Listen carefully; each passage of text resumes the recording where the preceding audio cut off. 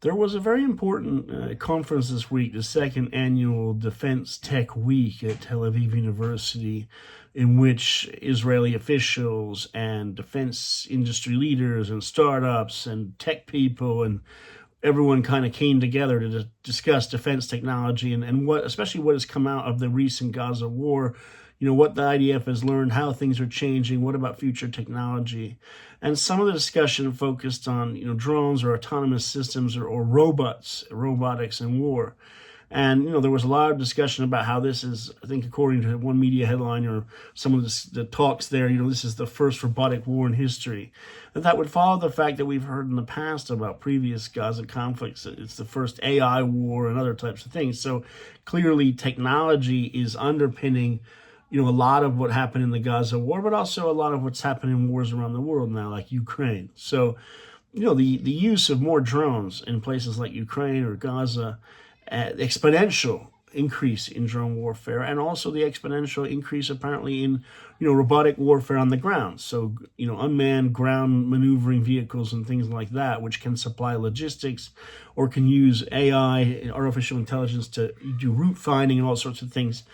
We're seeing all of that, the beginnings of all of that. But I think that the big question mark is where all that robotics goes. Because what we're seeing, is, it's a revolution, but it's a bit like the World War I revolution in terms of, the first use of airplanes and tanks.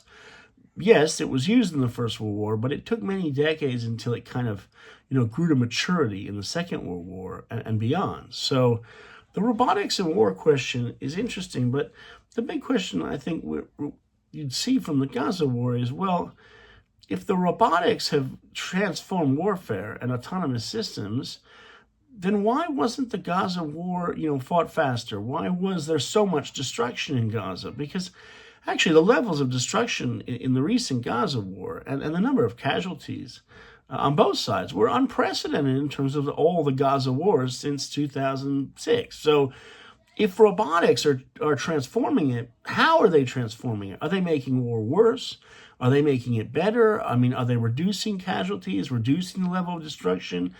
They certainly don't seem making war faster, because the Ukraine war has not been fast, and neither has Gaza. So if you go back and you say, well, the 1967 war, though, that took 6 days.